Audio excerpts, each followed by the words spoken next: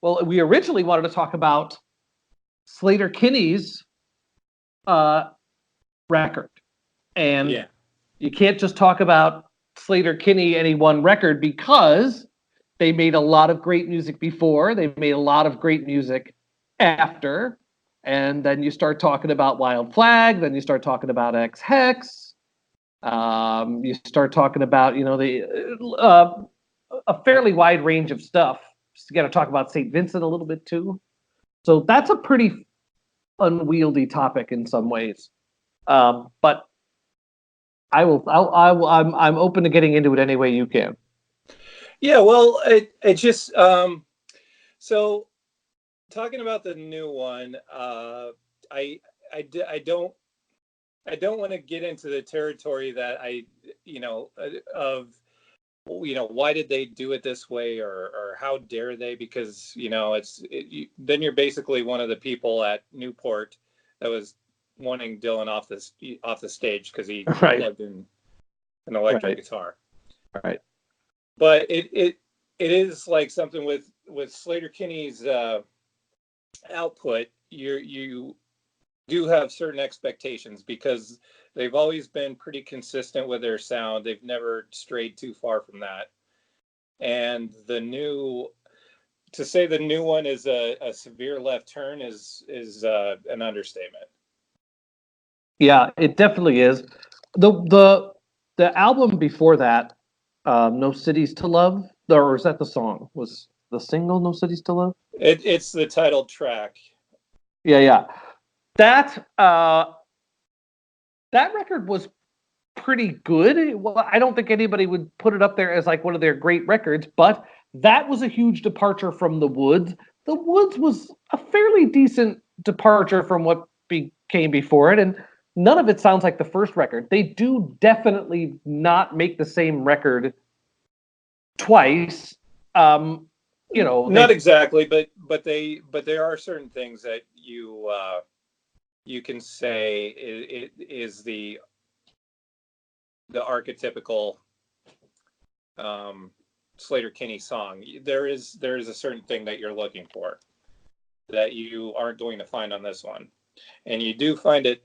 I think there is like a definite through line to all of their other records from this one, the new one. I mean, from the first one to up to this one, up to No Cities to Love. I think I don't agree with that. I do think there's a continuity between this and No Cities to Love, and I could sort of hear No Cities to Love back to the Woods. I think St. Vincent is really heavy-handed here, is all. I think it does sound like, like if you had told me that this was a St. Vincent remix of the Sleater-Kinney record, I would have found that very believable. I'd be like, wow, that really, I would have been like, wow, it's amazing how pliable Sleater-Kinney's sound is. It sounds great as a St. Vincent record. I absolutely, if it had been sold to me that way, I would have been telling everybody, like, do you like St. Vincent? Oh, you've got to try this Sleater-Kinney record. Yeah.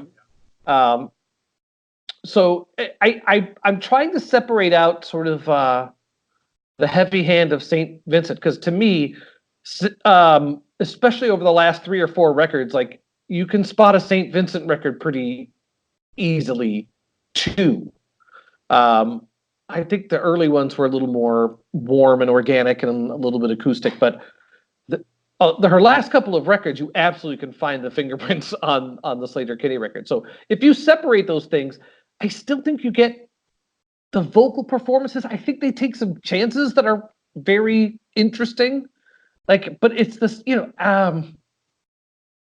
Brownstein has sort of become a little lazy and sort of uses the same like vocal affectations in the last couple of records, and to me that's part of like the continuity of it is that like Carrie Brownstein's songwriting, for example, has continued to become I also think her singing and her contribution has become like absolutely dramatically bigger than it was in the first couple of records.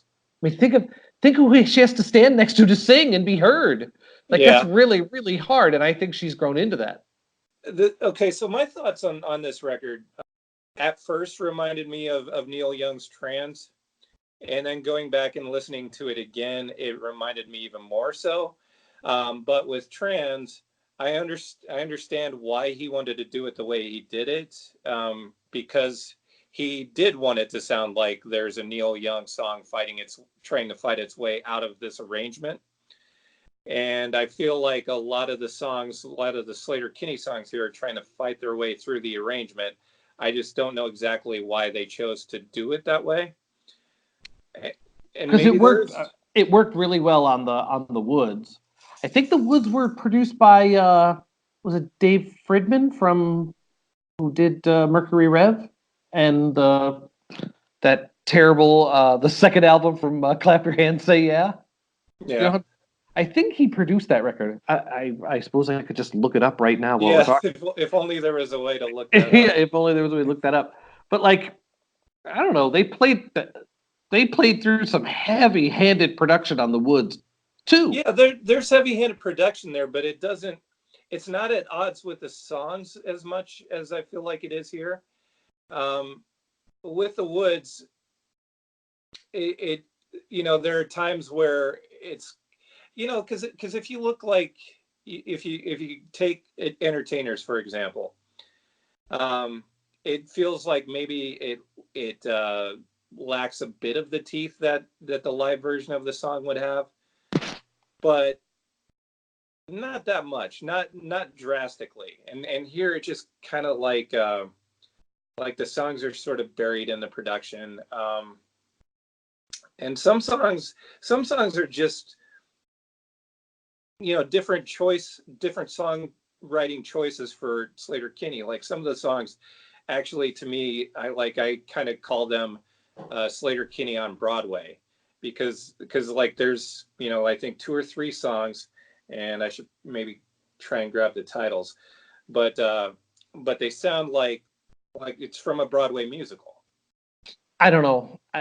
We got to get back at this record. This is exactly the kind of record you have to talk about in 5 years or 10 years to go back and figure out if you got it right or not. Like, is it good? Is it indifferent? Did we miss something? Well, This definitely has the potential, I think, of being one of those records for people who are unhappy with it.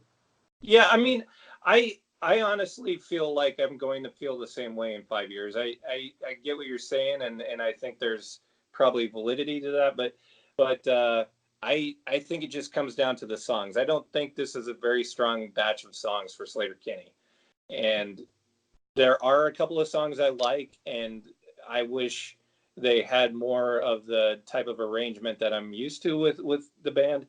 But I still think they're good songs, and I still like them regardless of how they're produced. So I mean, really, I feel like I'm going to feel the same way because I just don't feel like this is their strongest set of songs. Yeah, that's possible. I mean, there's a lot of bands though who have like a golden era where just for like 3 or 4 albums they just bang out, and the albums are coming every year. So these bands are putting 4 and 5 albums out in 5 years, and they're just masterpieces, and then it's spent, and everything that comes after it never matches their golden era. But I think you know it, nobody is going to top that string of records they have like in Yeah, that. Do you know what I mean? yeah. Well, and I don't know if you're ready to transition, but what you just said there kind of makes me. All right, Uh, go. okay, so that what you just said brings to mind Mary Timony, because with Sleater-Kinney, go back 2 records, and you got the Wild Flag record with Carrie Yeah, Brownstein teaming yeah. up with Mary Timony. Mary Timony has been on that kind of hot streak.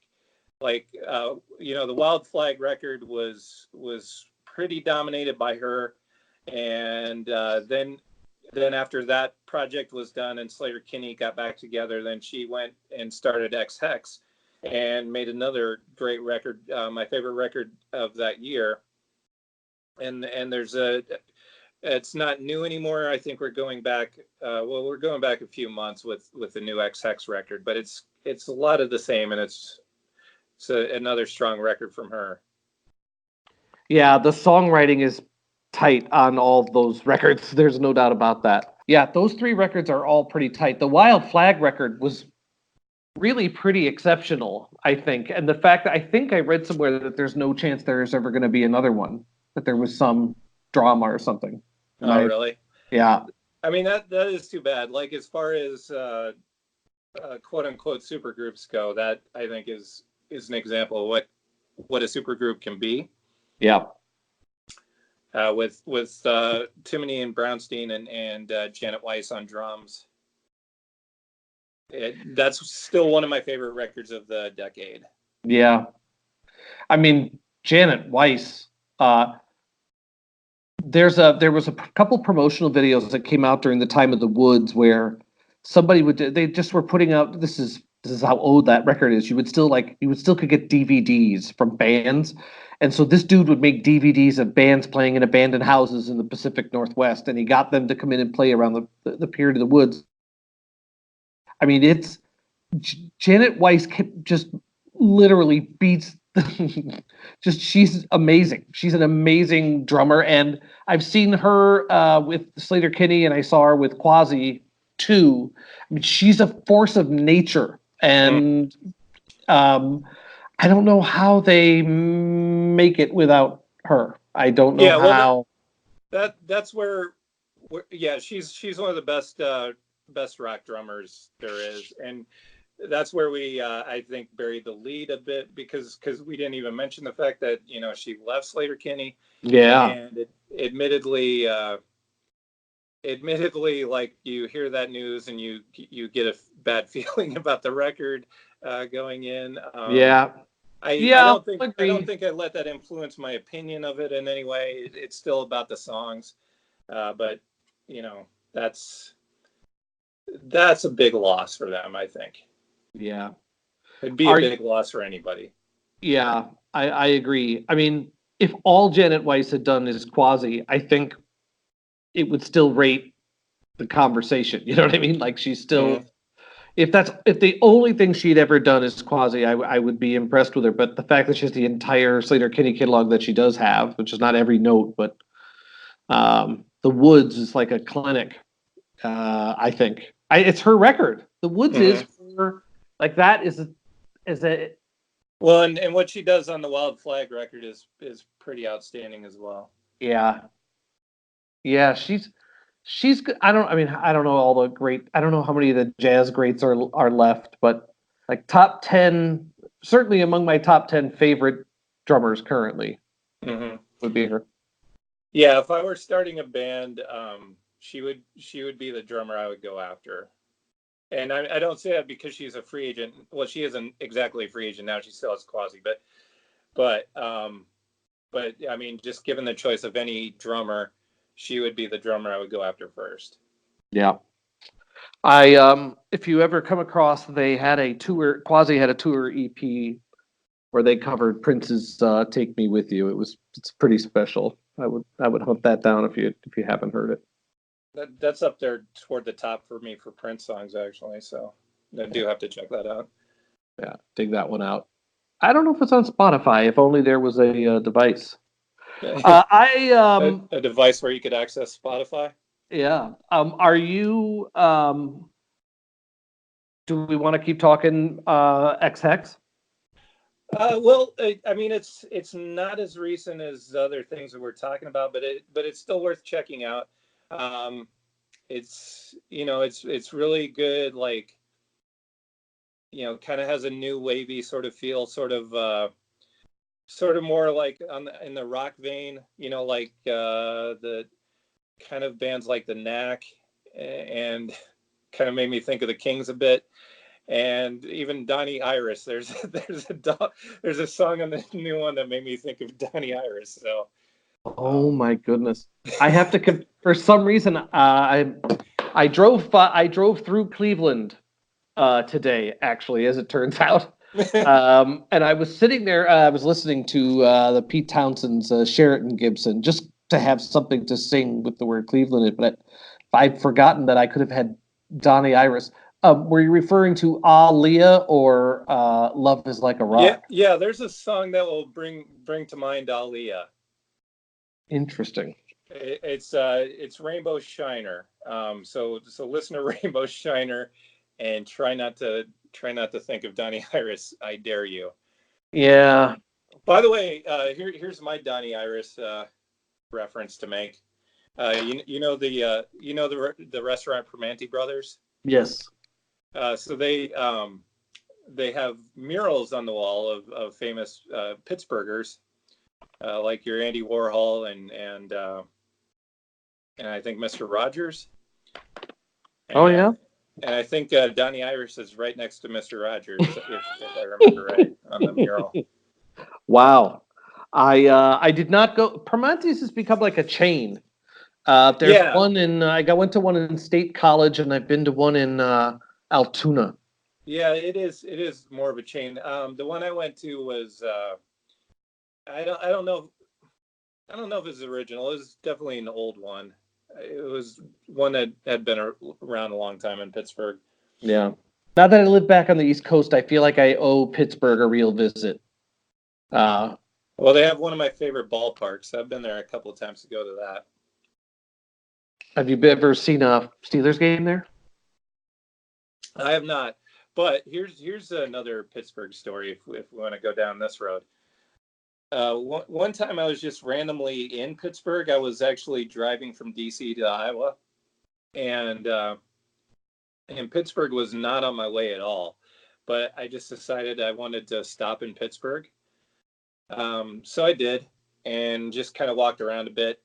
And I was walking on the Clemente Bridge and walked by this guy who looked like John Waters. Yeah. Oh, yep.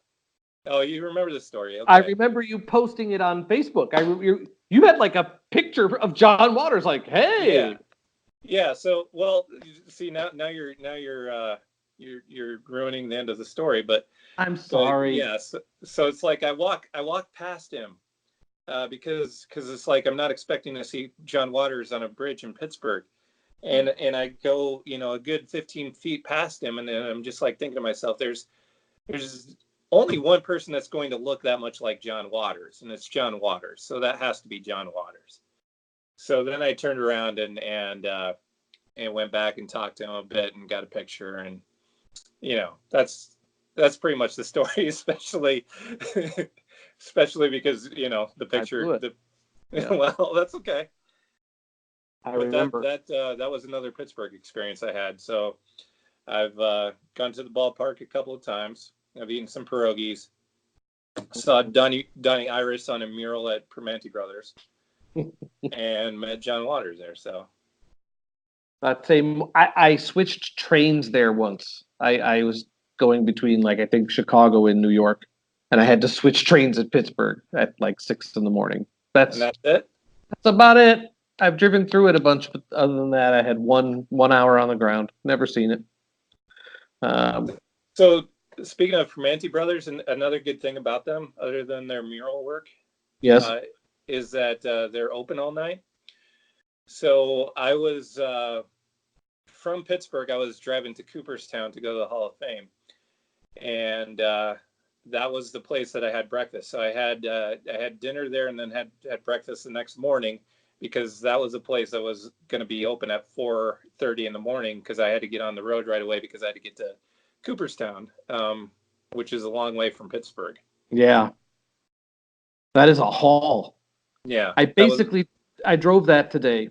And actually, I drove today. I drove from Toledo to New York City today. Um, and I every time I do, it becomes a Devo playlist. But I don't want to. That is that almost deserves its own topic. Is a Devo playlist. But I've not. I've I've been to Ohio a few times in the last few years. I've never made an Ohio playlist really.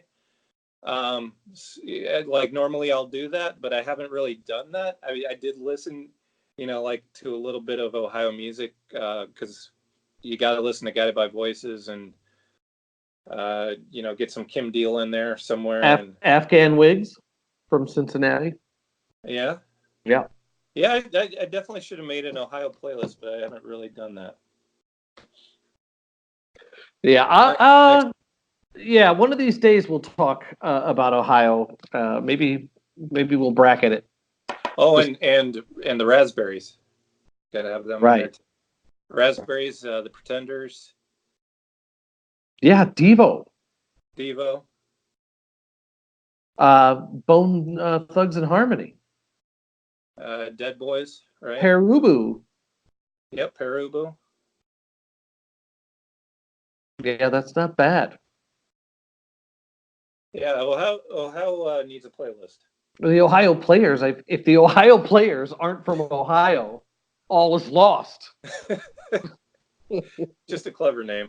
Yeah, that's right. The Indiana Players was taken. South Dakota Players. Right, both of them.